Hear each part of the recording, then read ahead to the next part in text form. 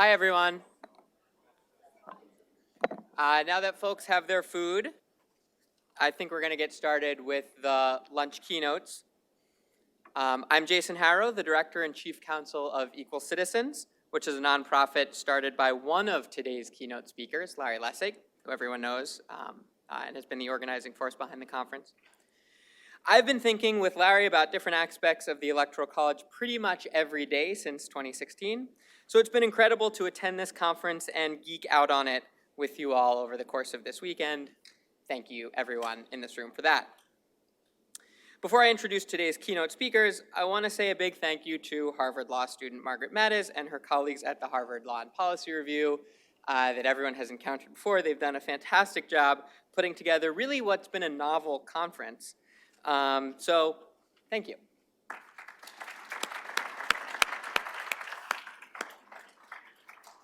On to today's speakers, Larry Lessig and Stuart Stevens. You already know something about them, so let me just say what I think it is that unites them: candor, passion, and integrity. All things we need from people thinking about this much maligned institution that we're talking about today. Start with Stuart Stevens, who will be first up at the podium. I don't know Stuart personally like I do know Larry, but it's clear that he has candor, passion, and integrity in abundance. Stuart is a longtime Republican strategist and consultant who was, perhaps most prominently, the senior strategist for Mitt Romney's presidential campaign in 2012. So he knows a thing or two, or 538, about how the Electoral College affects real political campaigns. And talk about candor and integrity. This summer, in a widely circulated op-ed, he wrote that he was now, quote, convinced that it is not only in the country's best interest to end the Electoral College, but that abolishing it might be a key to the long-term survival of the Republican Party. He followed this up with a tweet where he endorsed one person, one vote and said that minority rule is toxic, though that particular comment has since been proved wildly incorrect by the current president's ability to unite. Oh, wait, hang on, scratch that. I think that many have the feeling that Stuart's remarkably candid analysis has resonated with a few folks. Last, I said passion, and in addition to Stuart's political work, he's an acclaimed travel and food writer who, among other things, once wrote a great article in Outside Magazine about the time that he went cross-country skiing to the North Pole, which only involved dragging a 75-pound sled in minus 40-degree temperatures for days on end under the midnight sun. Passion, check. After Stuart speaks, we'll be joined by Larry Lessig. Larry, to my knowledge, has not cross-country skied to the North Pole, but he is the Roy L. Furman Professor of Law here at Harvard, the author of the excellent upcoming book, They Don't Represent Us, and the founder of Equal Citizens, where I get to work with him every day. His deep passion for strengthening the political system knows few bounds. To that end, he ran a passionate campaign for president in 2012 on a platform of ending Washington corruption by money donors and special interests. Then, when in 2016 there was a need for good lawyering to navigate unsettled questions about the role of presidential electors following the popular vote, he stepped up and represented electors who needed him. He has since expanded that fight to encompass both deep thinking and litigation that challenges the winner-take-all system, that seeks to provide certainty to the role of electors in the Electoral College, and that looks for creative solutions to somehow, some way, improve the system of presidential selection that negatively impacts so many areas of our politics and of our citizenry, as I think we'll hear this afternoon. And I am privileged to see every day that Larry does all of this, and so much more, with uncommon candor, passion, and integrity. Okay, I really can't wait to hear what each of them says, so first, please join me in welcoming our first speaker, Stuart Stevens, to the stage.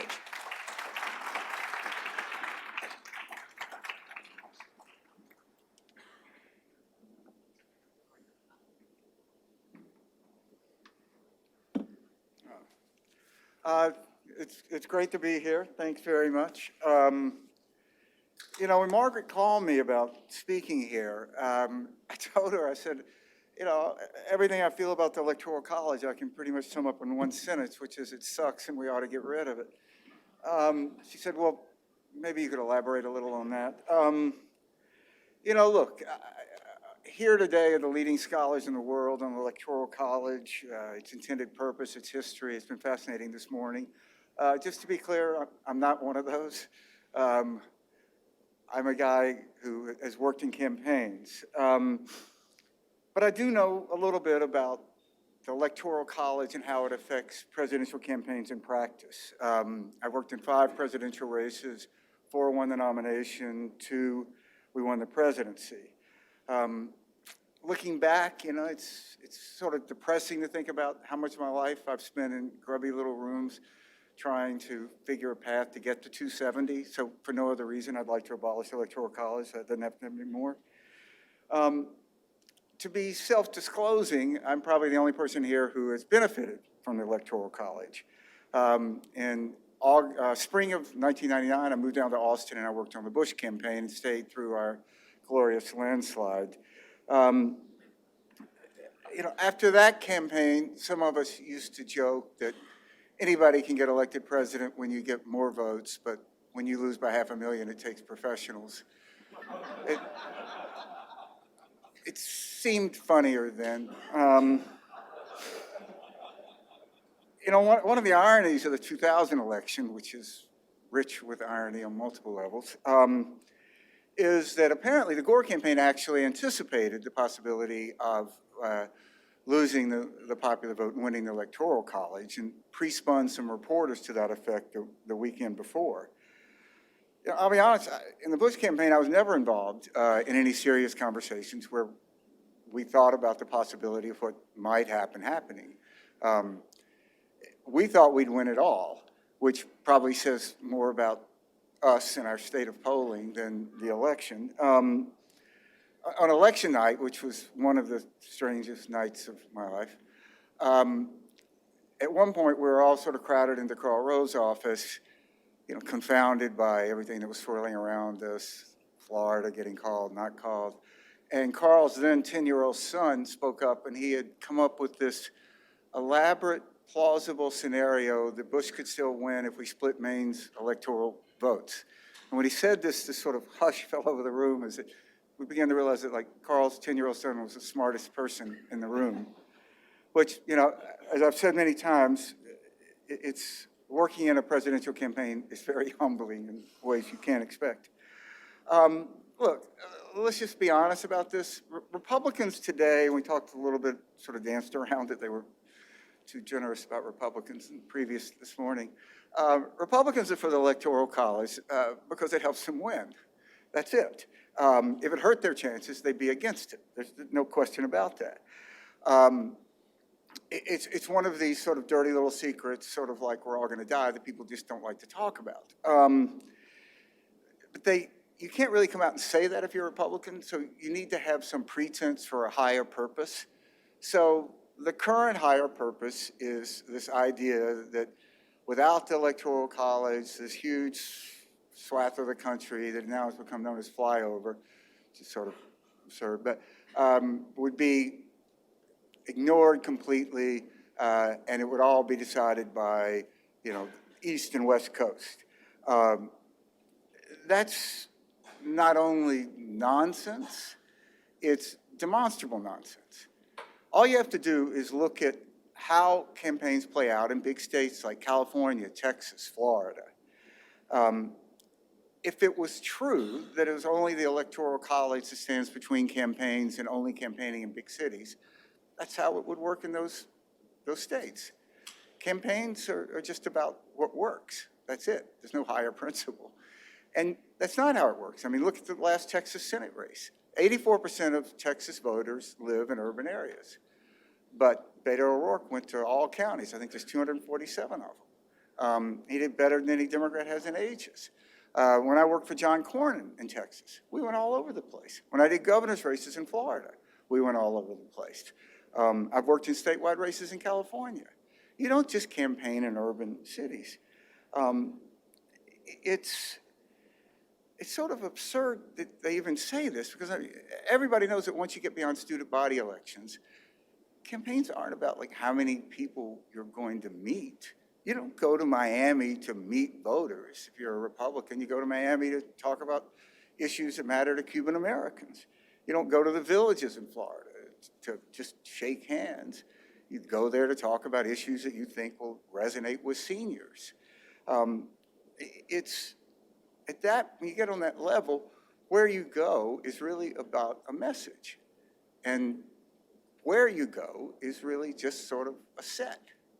These are props, and you use them to deliver a message. And if the Electoral College was actually some democratic protection for non-urban voters, you would think that somebody would suggest in some of these big states like California, why doesn't California go to a system where you have regional proportionality in governor's races? I mean, if what they're saying about the Electoral College is true, it would apply there, because then it would stop these giant urban areas in Northern and Southern California from dominating. Well, nobody suggests that. Nobody suggests it because it's a nutty idea. And everybody knows that. And so it just would run counter to this idea of one person, one vote, which we talked about this morning. And that, to me, is the greatest conundrum of the Electoral College. And I'm not a constitutional expert, but how you square one person, one vote with the disenfranchisement of millions of voters, the last election, 3 million, baffles me. You know, there's a dirty little secret in presidential campaigns that nobody really likes to talk about, and that is the question of how much does it matter where you campaign as far as getting votes. So, you know, this was a question in the Romney campaign that occurred to me one day because we're spending all this time and money running all over the country. I just sort of like wondered, like, does this help us? So as much as you could try to quantify something like this, we decided to poll it. So what we did, we would poll 3 days before we went into a market, go into a market, we poll that night and 3 days afterwards, because that seemed like the best way to gauge it, an impact. The results were like incredibly depressing. You got a bump for like 2 or 3 points that night, and then within 72 hours, it had basically dissipated. So we gathered all this intelligence and looked at it and pondered it and decided just to keep doing the same thing. Mainly because we didn't know what else to do. And I think that's really the truth of campaigns. You know, you run around and do all this stuff because you really don't know what else to do. So, but this idea that Hillary Clinton lost Michigan because she didn't go to Michigan, I mean, that works until you think about, like, well, she went to Pennsylvania a lot and lost. So, like, what is the causality here?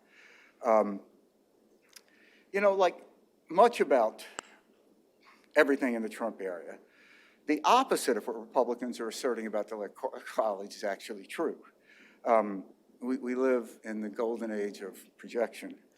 In a system in which every vote counted, there'd be much greater on campaigns to, well, count every vote. If every state mattered, it would enfranchise these smaller states, not disenfranchise them. Right now, 15 to 20 states are battleground states when this thing starts. Pretty soon, inside campaigns, this gets down, the map gets a lot smaller. You're really only going to care about maybe a dozen states at most, and you just write off the rest of the states. You know, one of the things, and I wrote that article that referenced, Jason referenced, it's another irony to me that while Republicans are currently in love with the Electoral College because, as David Boyce says, it's good in the short term, it's probably slowly, maybe not so slowly, killing the Republican Party in the longer term. It's the Electoral College that is allowing Republicans to operate as basically a whites-only party. Because without that, they couldn't win. And if they couldn't win, they wouldn't be for it. And that empowers a party in a very toxic way. And it's toxic for the party, and more importantly, it's toxic for the country. If you care about having two healthy governing parties, which I feel kind of sentimental about, if nothing else. You know, if you go back, you look in 1980 with Ronald Reagan. So he wins 44 states, sweeping landslide. He gets 55, 56% of the white vote. Mitt Romney loses with 59% of the white vote. Trump is able to win the Electoral College with 59% of the white vote, but only because his share of the election was enough to win. Trump won with 46.1% of the electorate. Romney lost with 47.2. So what's the difference? Well, for the first time in 20 years, non-white vote declined, and third-party vote increased in 16 over 12. That's it. So all this idea that like Trump has invented the secret sauce and brought out all these hidden voters, it's all nonsense. He just won because he ran in a year in which 46.1% was enough to win. That's it. So the question then becomes, is 46.1% going to be enough to win in 2020? I don't know. I haven't been very good at the prediction business, but I think not. And I think the Trump people realize that. At least you have to give them some credit. So, how do we get here? So you look, in 56, Eisenhower gets almost 40% of the black vote. In 64, it drops to 7% with Goldwater, and it never comes back.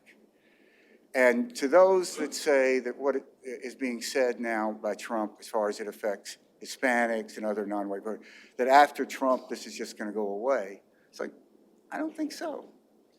I mean, it didn't happen with African Americans.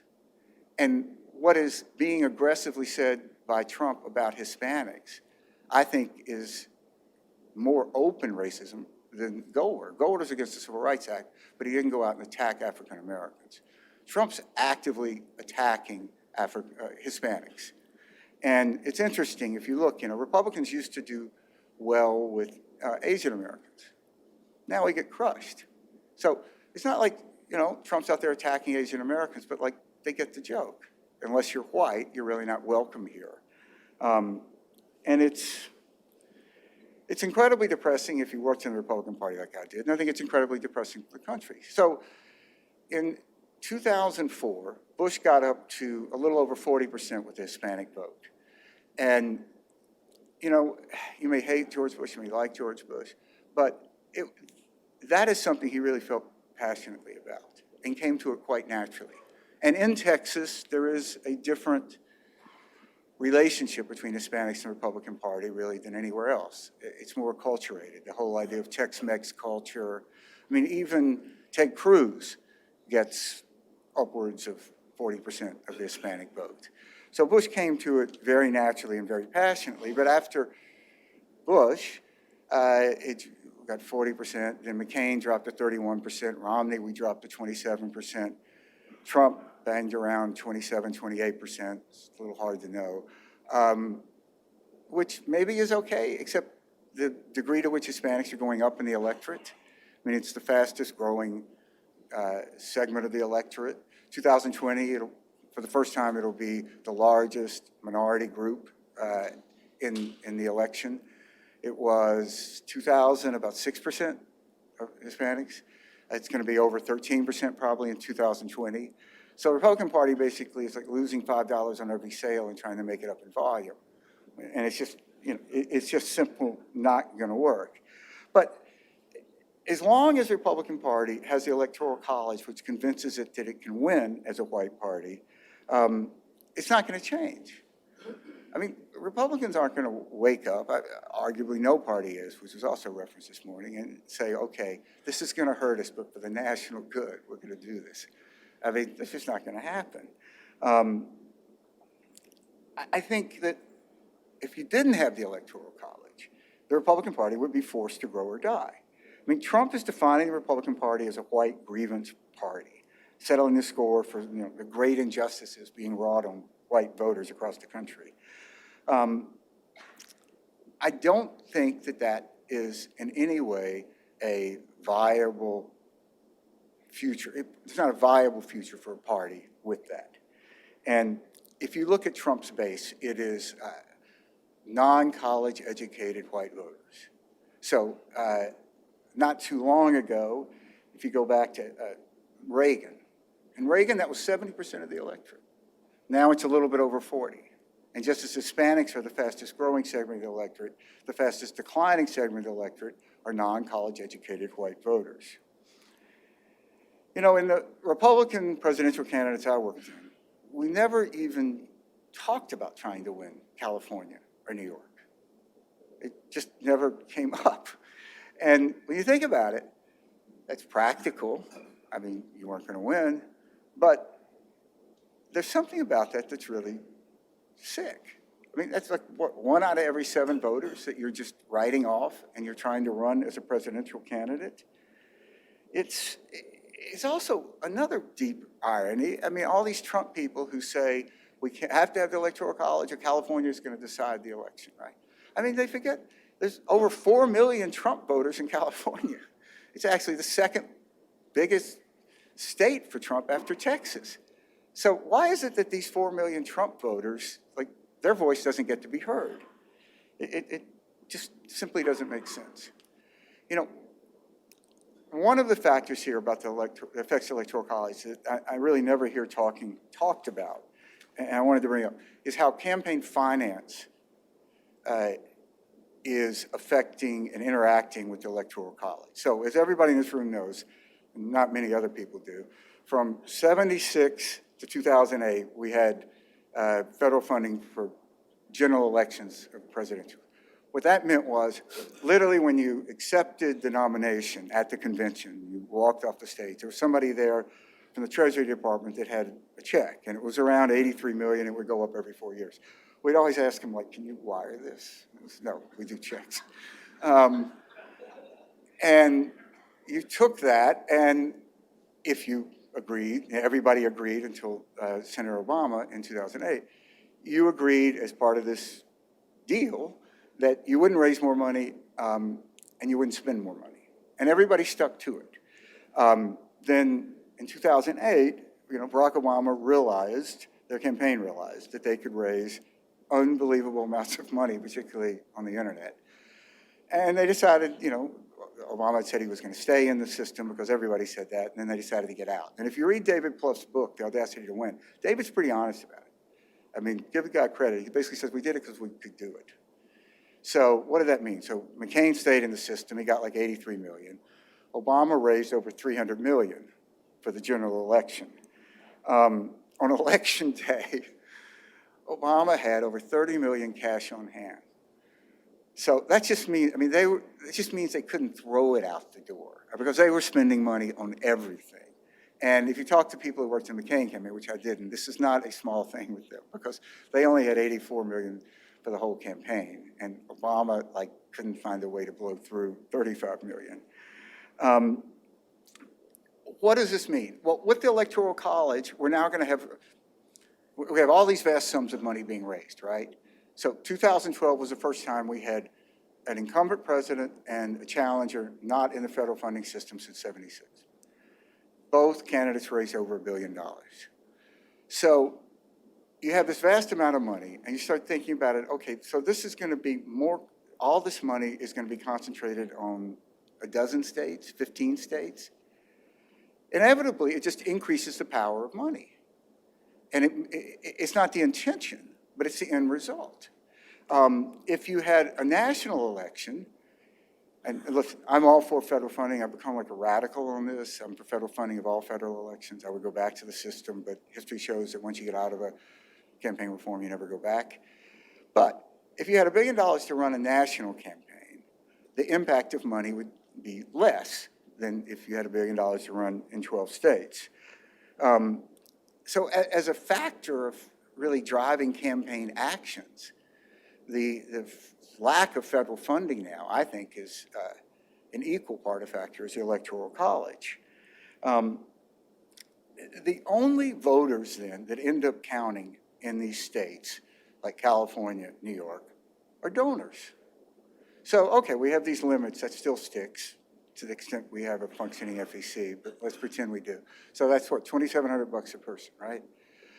So theoretically, anybody can do it, but less than 10% of voters contribute to campaigns. And not so shockingly, of that total, over 30% of the total amount raised is by those who are in the top 1%. So if you're a voter in California and you're a non-contributor, you have no function in selecting a president. I mean, that is just absolute madness. It is difficult to focus on, until you're inside one of these campaigns, how much this is driven by market factors. And by that I mean, campaigns will basically, in a way, campaigns are the perfect market, because campaigns will say anything to win. They will. And when you have the Republican Party now, because of the Electoral College, is really almost abandoned any pretense of anything but appealing to white voters. And that worked in 2016. It runs against, after 2012, there was a so-called autopsy that was done by the Republican Party, where the logical conclusion was needed to expand the base. Now, that was presented not just because we needed to do this to win elections. It was sort of a fig leaf that we needed to do this because it's better for democracy. But that's really what it was about. So Trump comes along and proves, okay, we can win once more just with white voters. So all this stuff that we said after the autopsy just gets thrown out the window. And I just am baffled by Reince Priebus's, chairman of the party, role in this. I don't understand why Reince, who after Trump won, why he didn't step aside and say, look, I can't stop Donald Trump's won, he's won, but it's not the vision I had for the party. If he had, he would be a hero today. So I just, my plea, and I'll end with this, is I'm for anything that gets us out of the system. I don't know what that is. I don't know what is really likely and possible. I mean, I support, if you ask me, do I support the compact? Sure, I support the compact. You ask if I support proportionality or something like that? Sure. I mean, I'm for anything that will get us out of this system. I would love to sit in a presidential campaign in the future and actually think about how to win the entire country. And when you think about it, one of the touchstones of how we judge presidents, historically at least, has been how they bring the country together, which is one of the reasons Trump is such a failure.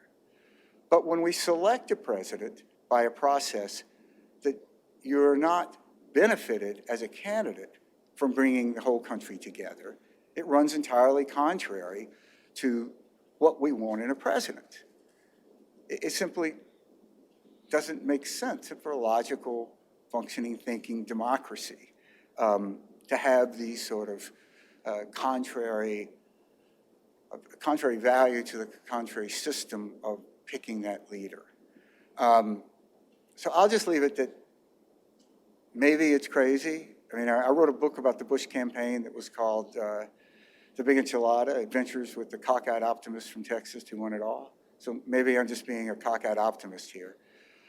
But I would hope that there'll come a day in the not too distant future when people like myself can work in campaigns and it will really be about winning the country and not just a few states. Okay.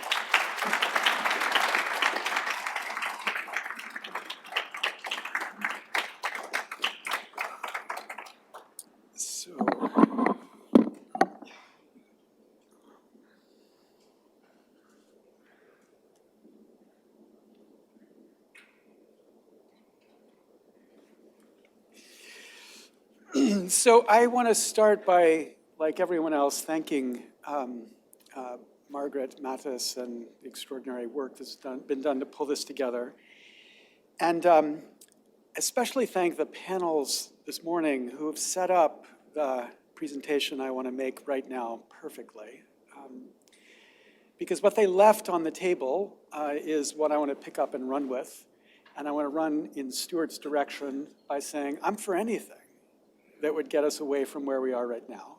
I'm certainly for a national popular vote compact. I'm certainly for an amendment that would get us a national popular vote. But I think we need to focus on an opportunity that is going to be presented in the next year to get attention towards what an amendment could be. And I want to lay out the idea of what an amendment could be. So to get to that, we have to reflect on a fact that I know most of you know something about, but let's just put it on the table. Of course, our Constitution, in selecting the president of described in Article 2, says that we shall have these appointments of people called electors who then select the president. Electors. And one question that for many years we've not focused carefully enough on is, what do we mean by electors? Do we mean people who actually get to select, choose, or do we mean simple delegates that are told what to do? And in a case that Jason and I have been litigating for many years now, Chiafalo versus Washington, and a related case, Colorado versus Department of State versus Baca. That question is being presented, and we are absolutely confident that the Supreme Court will consider this question, because in those two cases, electors exercise discretion contrary to the instruction of the state. In the first case, the electors were fined. In the second case, one elector was removed, two others were threatened. And in Washington, the Supreme Court said there's no problem with that, but the 10th Circuit wrote about a 160-page opinion arguing, I think, convincingly, that the Constitution absolutely protects the right of an elector to vote his or her conscience. If I had courage, I would write a one-page brief in the Supreme Court to this end. The courage, the argument would go something like this. The Constitution talks about states appointing electors. You've instructed us that electors perform a federal function. It's 200 years since we resolved that states cannot interfere with a federal function. QED, we're finished. That's the argument. There is no power in the states to tell an elector how the elector is to perform his or her function. Now, I don't want to go into an argument about why I think that's true. The court will resolve that. I want you to assume that the court agrees with the 10th Circuit. And the question I want to focus here is, what then? What do we do then? When the Supreme Court announces that electors are free to vote their conscience and America wakes up and says, holy shit, are you kidding me? These anonymous people get to decide in 2000, just two of them could have flipped the result. They get to decide who our president will be. So the question is, what do we do with the opportunity of this crisis, right? Never waste a crisis, this wonderful book that Reed wrote about a wasted crisis is the inspiration here. We have a crisis, what do we do with it? Now, I think the non-amendment solutions are clever and possibly effective. Again, Reed's work has been extremely important, but the question I want to push here is there an amendment that all sides should accept? Okay, now should. Should is constrained by political reality. And as much as I agree with the scholars who say, you know, small states, not really the reason why we've got electoral college, blah, blah, blah. I think the political reality today is the mentality of the justification that the Republican Party makes, whether they believe it or not, as Stuart is suggesting, for why we've got the electoral college is to embed protection for small states and rural states. That's the reality. And in a world where it takes 3/4 of the states to amend the Constitution, we need to accept that is the reality. But ask the question, is there an amendment given that reality that gets us 90% of what we need to get a well-functioning system for selecting the president? If Chiafalo is reversed, then what? Okay, now the minimal viable amendment to respond to the Supreme Court saying that electors get to vote their conscience would be an amendment that said something like, electors for president and vice president shall vote as directed by state law. That would solve the problem. But the question is whether we should treat that as enough. If there's a movement to say, let's fix this problem, and here's the amendment that would fix it, should we settle for that amendment alone? And my answer to that question is obviously no. We should try to get more. We should try to get a solution to what we should identify as, quote, the problem. Okay, so let's focus on the problem. By the problem, I don't mean capital V or big bolded the problem, because of course there's a million problems people will identify with the Electoral College. I want to focus on what I think of as the most important solvable problem, and I'm inspired here by Sam Zakharov's work that has identified and spoken for many, many years about what we should understand the most important problem here to be. I want to call that the swing state problem. The swing state problem is this. Most Americans think that's the country that elects the president. This is the country that elects the president. This is the swing state America. These states which in 2016 saw 95% of the actual events related to the president candidates showed up for, and 99% of the spending, are the states that choose our president. These states are the focus of campaigns, and what we know from great work, a wonderful book by the particularistic president, these states affect spending and regulation directly. Now, these states are not small states. They're not rural states. These swing states are a particular brand of states that just happen to be close in the division between Republicans and Democrats. But what we know about these swing states is that these swingers do not represent America. They're older, they're whiter, their industry is kind of 19th century industry. There's 7.5 times the number of Americans in solar energy as mine coal in America. But we never hear about solar energy in presidential campaigns because those people come from California and Texas. We hear about coal miners because there's a lot of coal miners in these swing states. So this is what produces the unrepresentative president, and as Reeves and Greiner describe in this fantastic book, the unrepresentative president bends policy to benefit these states and bends spending to benefit these states because these are the states they need to win. So the question we should think about is, what is the solution to this swing state problem? And the solution is, as David Boies was describing this morning, proportional allocation. But a better solution is fractional proportional allocation so that we divide not just 1 vote and 2 votes, but 1.46 votes and whatever the remainder there would be. So fractional proportional allocation by states. Because what we know is if we had fractional proportional allocation by state, the swing state problem disappears. If every single state divides their electors all the way down to the significant digits proportionally, then presidential candidates, following Stuart's advice, would go, or at least try to campaign to everyone in the whole country, because everyone in the whole country could conceivably contribute to a candidate's victory. So this country would be the country selecting our president, which is the critical objective of the reform I'm trying to propose. Now, some of you were in a panel I was invited to participate in by Rick Hazen. We were in a panel together in DC where I presented this idea.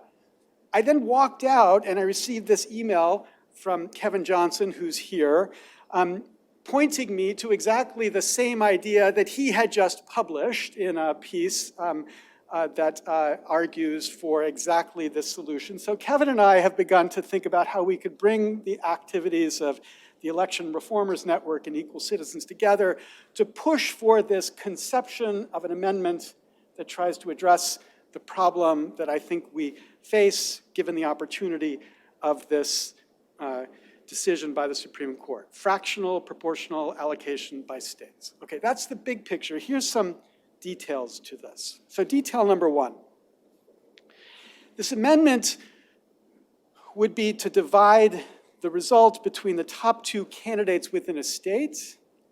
The method of selecting the top 2 candidates or determining who the top 2 candidates are would be determined by the state, which would create a strong incentive for the state to use something like ranked choice voting to make sure that they're identifying the candidate who, in Ned's sense, is a majority winner within a particular state. So language something like this: the electoral vote for president and vice president within a state shall be divided proportionally between the two persons receiving the most votes within the state as determined by the method of tallying votes chosen by the state, fractions calculated to all significant digits. That basically renders perfect proportionality in a system to assure that we have something like the right narrow choice offered between two candidates in a particular state. So Amendment 28 has the first thing I gave you, and it has the second thing. And then following that, I didn't put this in after the panel this morning, so I love the panels this morning. This point, I think, is critical. We need to make sure, especially if we're thinking about what can we do immediately to address a problem the Supreme Court creates, we need to recognize that any new rule can't apply to the 2020 elections. It would be completely wrong in June or July or August or whenever to change the rules of how we're going to allocate electors in 2020. So this is basically saying anything about the substance of proportional allocation is pushed off until at least the next election. The strength of this system is it creates, as I described, the representative president. The whole nation is in play. The weakness in our tradition is it violates one person, one vote. Because electors here are senators plus representatives. The votes are the senators plus representatives. Both of these are, in a sense, violating the one person, one vote principle. And that's pretty significant if you calculate this on the basis of the census calculation of the number of persons in a state. That means for one vote in California, you get 2.45 votes in Wyoming. Okay, so this leads to the second detail. I want to argue that we should keep this inequality. And the argument for that is not based on principle, obviously. It's based on the belief that it's a politically unavoidable position right now. Now, there are two ways to keep this inequality. Version 1, which I'm not going to endorse, just basically says the electoral vote, votes of every state shall be equal to the number of senators plus the number of representatives within the state. That's what we have right now. Here's the alternative, which I increasingly think is more interesting than I first thought. Okay, so here it is. You basically allow Congress to increase, I should say, an equality factor. So imagine you said the number of electoral votes you get is the number of senators plus the number of representatives times an equality factor. So the equality factor begins at 1, that gives you 538. But you imagine the ability to increase the equality factor to 2 or to 5 or to 10, which would equalize the effect of this 2 Senate majority. So either Congress can, the two ways to deal with this equality issue. One is Congress can increase the equality factor by a 3/4 vote of each house to something greater than 1, and it's a ratchet. I would have said one-way ratchet, but Scalia used to hate people saying one-way ratchet. He would say, all ratchets are one way. Okay, so a ratchet so that it's only to increase the amount of equality. So if you increased it to 10, you could get from 2.45 to 1.49. That would be significant improvement. Or here's the more interesting. You give Congress in the amendment the explicit power to make it purely proportional, to remove the Senate count if you want, one person, one vote, by saying that you essentially take the votes of the smallest state and you render everything proportional to that. So if Wyoming gets 1, then California would get 66.979 based on the last census. So that essentially you have created one person, one vote, and then these votes get allocated proportionally, fractionally, according to the vote in the particular state. So the language for that's a little bit complicated, but here's what it is. The electoral vote of each state shall be equal to the number of representatives times an equality factor plus the number of senators. The factor shall be 1 initially. Congress may by law, passed in each house by 3/4 majority, increase the factor no less than 18 months before presidential election. Alternatively, Congress may by law, pass in each house by a 3/4 majority, allocate electors by state proportionally. Once increased, the equality factor may not be reduced except through an amendment of this provision. Neither may a change to the proportional allocation be reversed except through an amendment of this provision. What's interesting about this dynamic is it creates an ongoing politics in Congress to increase equality in the nation as a whole. So that it says we want the objective of equality to be an opportunity for Congress. It requires a pretty significant supermajority. I'd favor a smaller supermajority, but let's at least start to have a conversation to understand what that would be.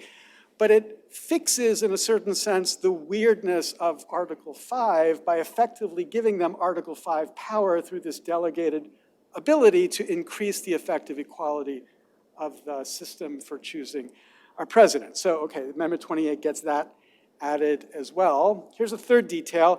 If no majority, like the current system, the House decides, but unlike the current system, one representative, one vote, so we don't decide by blocks in the House.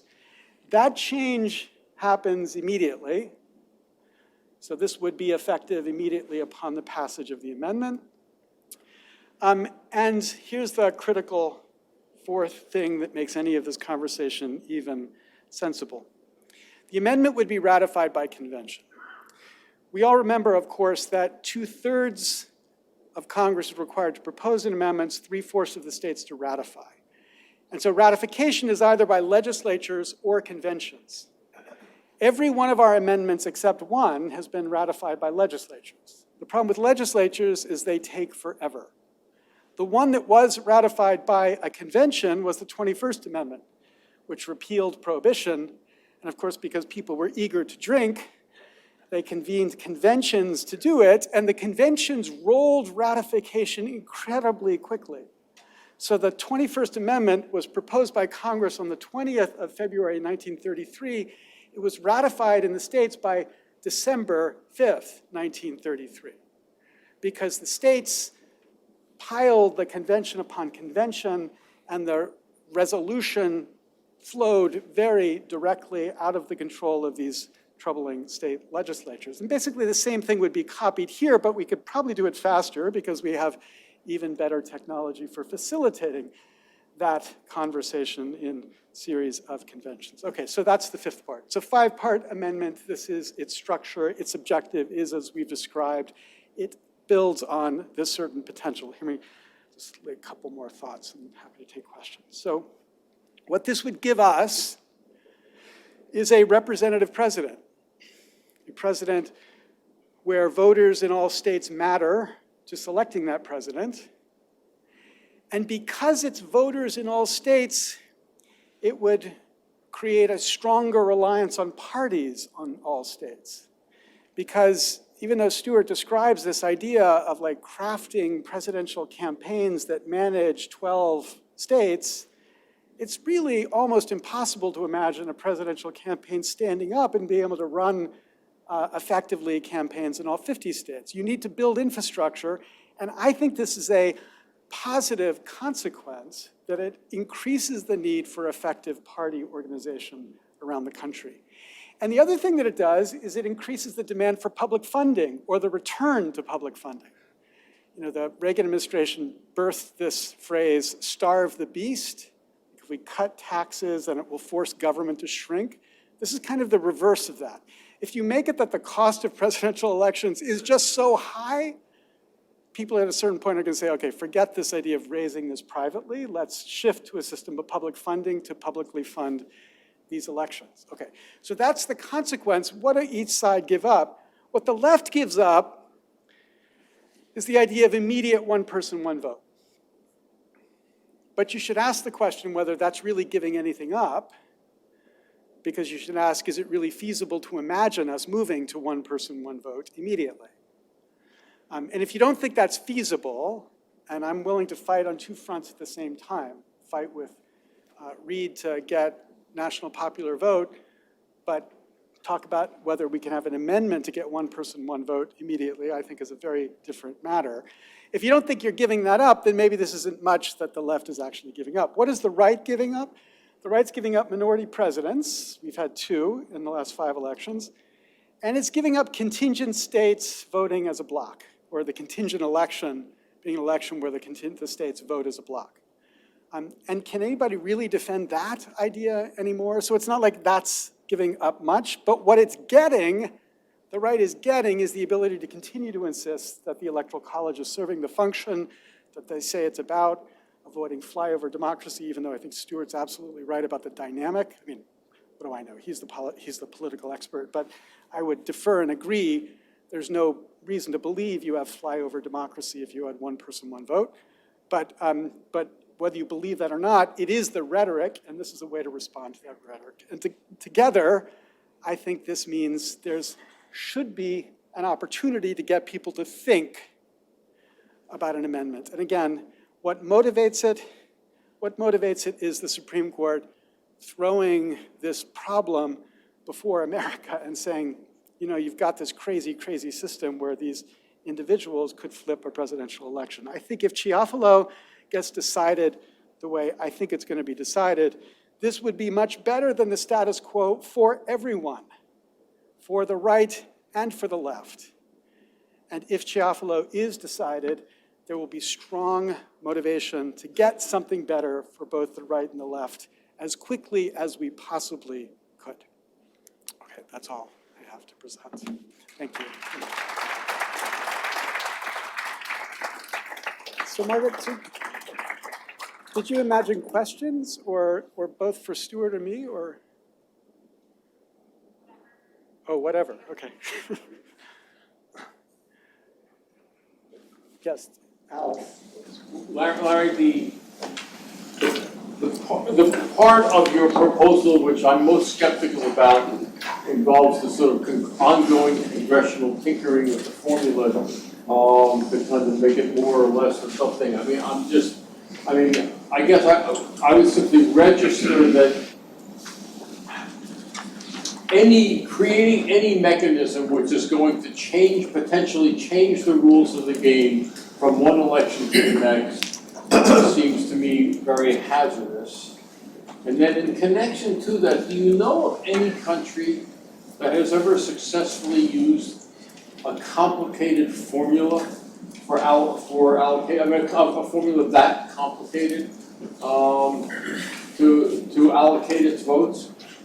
Well, so response to the first point is, we already have a system where, in principle, Congress could participate in changing the election process. It's Article 5, which you said, and I agree, is a really important part of the process. What we know is it's basically broken. This rule is not allowing you to change up or down. This is just allowing you to change in the direction of more equality. So all it's saying is if you want to up the standards to more equality, then here's a mechanism for doing it that's more feasible than the idea of running an amendment through the Constitution, which what we all recognize right now is increasingly hard. A 3/4 standard is a really hard number to get to, so it's not like it's going to happen unless you've really succeeded in convincing both parties that this is something that should happen, and I'm happy to make that argument, and I'm sure many of us would join in that. So I don't think it's this kind of instability. As with respect to your second question, no, most nations are much more sensible than to burden themselves with anything like this. And you and I both would agree that the better thing to do would be tomorrow to pass a system that radically simplified this by adopting one person, one vote, national popular vote. We'd agree with that. But we're down a path where we've got this terrible system in place right now, and we have to figure a strategy to get us to a less terrible or even a better system. And your book is the story of hundreds of years of trying and not really getting there. So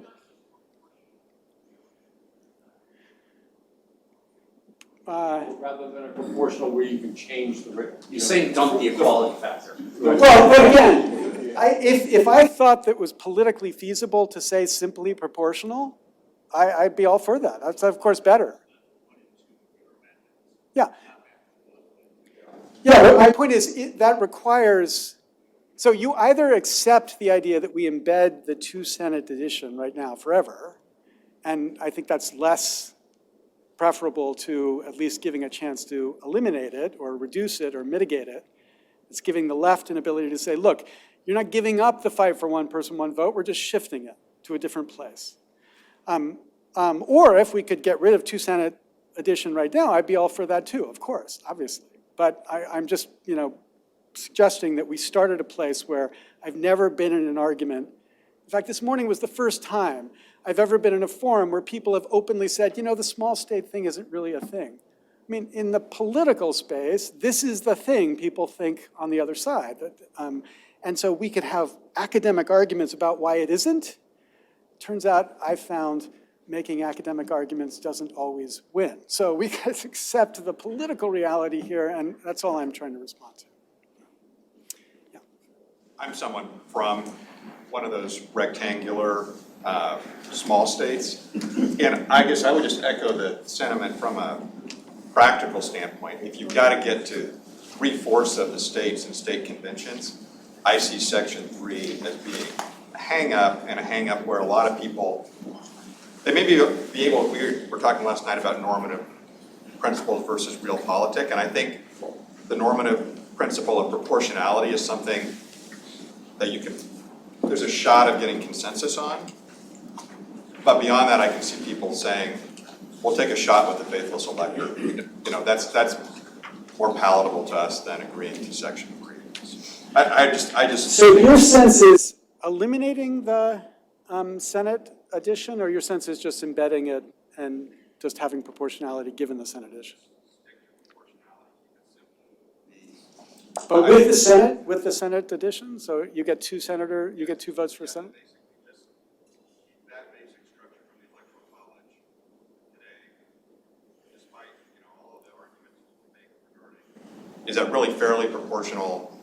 We'd rather be a one person, one vote. I think those things will complicate the ability to get 3/4 acceptance. Yeah, I agree. It's going to complicate, and if it's too complicated, then it's not worth fighting for. But I think the only reason I like it, and again, I realize I like it for academic reasons. The reason I like it is it begins to shift the idea of basically constitutionalizing norms inside of Congress, which of course is like a step in the right direction, given Article 5's brokenness. Yes, sir. So under the system that you propose, electors are essentially a mathematical construct. They are no longer human beings, right? Because you're talking about apportioning percentages of votes and things like that, which wouldn't apply to a human anymore, correct? Yeah, but I imagine you could still find people who would love to show up at the Capitol and like express themselves as.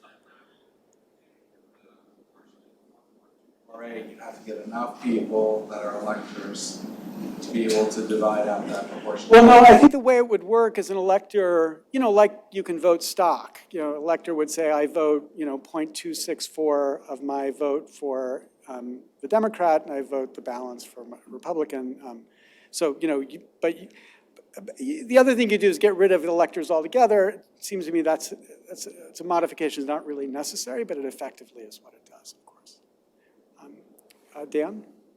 Just, I think I'm with you, but if I were selling this, I would, I guess, urge caution on the point that the increasing expense of elections because of, say, the economies of scale of a whole national competition would lead to the counter pressure to go toward public funding. I can easily see it going the other way, in a kind of a lock-in effect, where, elections are big business, and as they become bigger business, they start employing more people. And with income inequality going the way it's going, and perhaps not likely other than through government intervention to reverse itself anytime soon, we create potentially massive advantages for those who can raise much more funds, which I would have to guess, status quo carried to the future, is probably the Republican Party.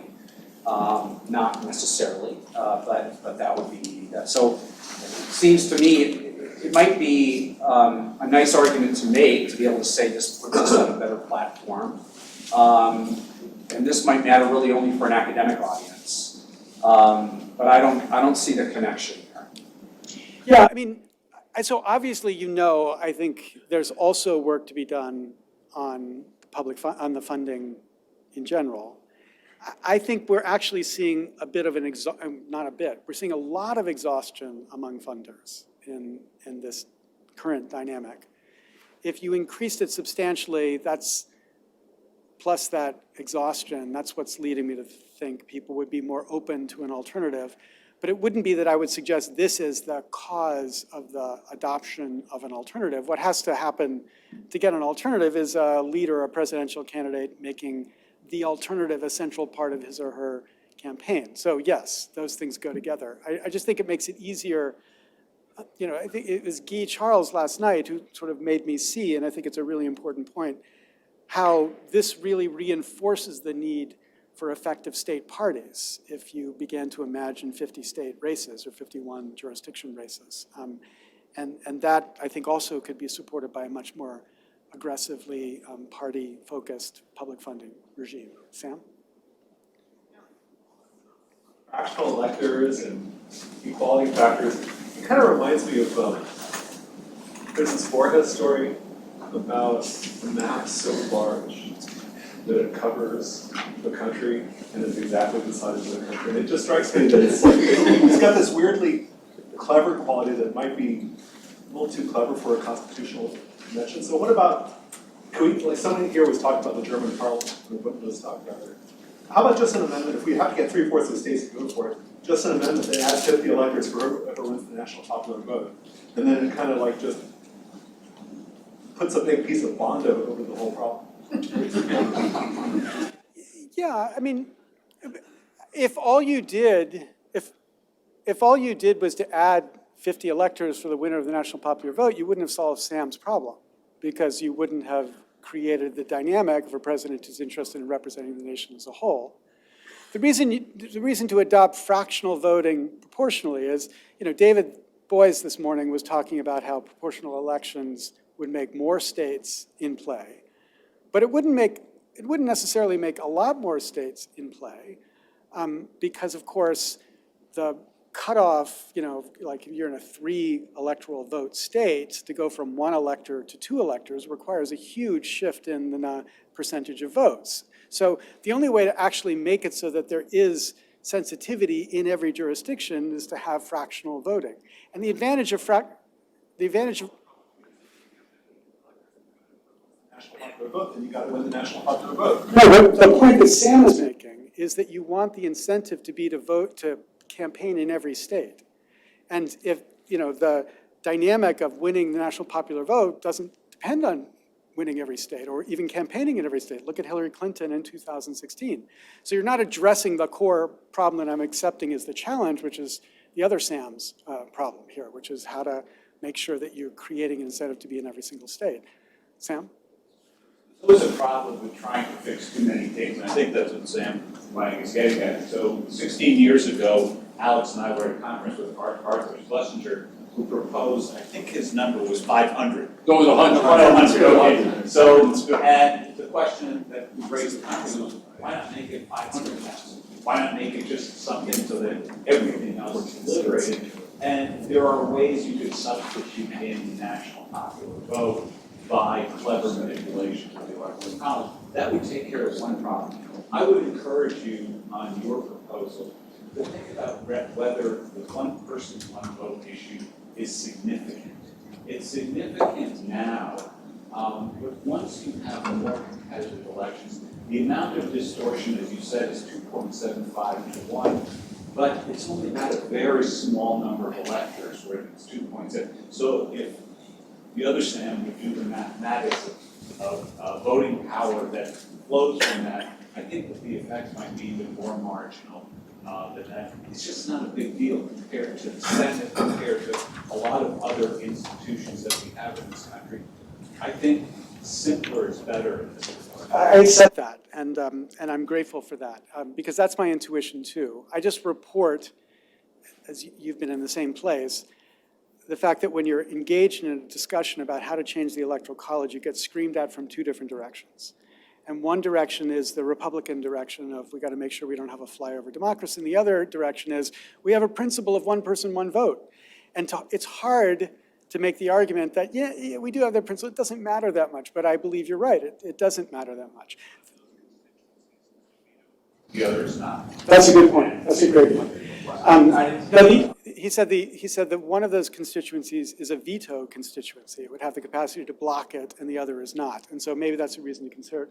The other point, though, just to add to the other Sam's response is, I think one of the really important things we have to recognize about continuing to rely just on the national popular vote is this problem of the incentives of states, which we were talking about this morning, in a system where the machinery for electing the president is state-run, but the consequence is nationally run. The advantage of this type of system is, as was discussed today, it's localizing the determination so that it's tied to the system for running votes, and you don't have to worry if one system's a little bit different from another. The weird thing that comes out from Bush v. Gore is like, what is the Bush v. Gore analysis if you've got a national popular vote system and you have California running the counting system differently from how New York is running the counting system? It seems Bush v. Gore has something to say about that, but that would be a nightmare that might mean that national popular vote, except through an amendment, would be a very short-lived enterprise. Somebody here? What about Puerto Rico? What about, I can't hear you. What about Puerto Rico? Oh, so I'm certainly firmly in the school of support for increasing Puerto Rico and District of Columbia as full equal partners in this. District of Columbia already has a role, but I would certainly increase Puerto Rico as do for them at least what's happened to District of Columbia here. I'm just interested in your thoughts on if you are successful, as you hopefully are, in winning these cases, why do you think that Republicans are necessarily going to run to an amendment of the solution as opposed to simply picking your electors with great care that they're not going to go rogue on? Yeah, certainly I think there will be many people who say just make better care with the electors. But I'm not sure how effective that is when you have the Supreme Court saying you're allowed to vote your conscience. And the objective here is to create, behind the veil of ignorance, sufficient anxiety on both sides.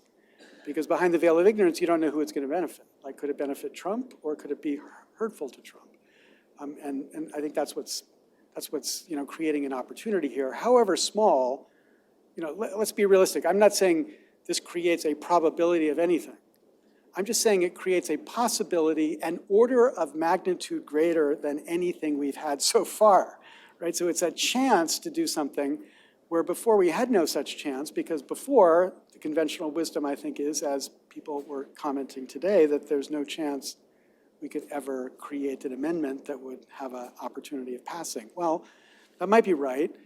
But we have more chance in a context of anxiety. Barry was saying, give us the event which creates the anxiety. Here it is. So let's say there is this event that creates the anxiety. Shouldn't we be in a position to try to move as quickly as we can for something of a solution that, whether principled, fully principled or not, people should be willing to accept? I'm grateful for the feedback here because obviously this is a draft of an idea. It's not anything official. But I think I'm getting yelled at by the very patient look of Margaret over there, that 2 o'clock has come and our next panel is here. So thank you so much for your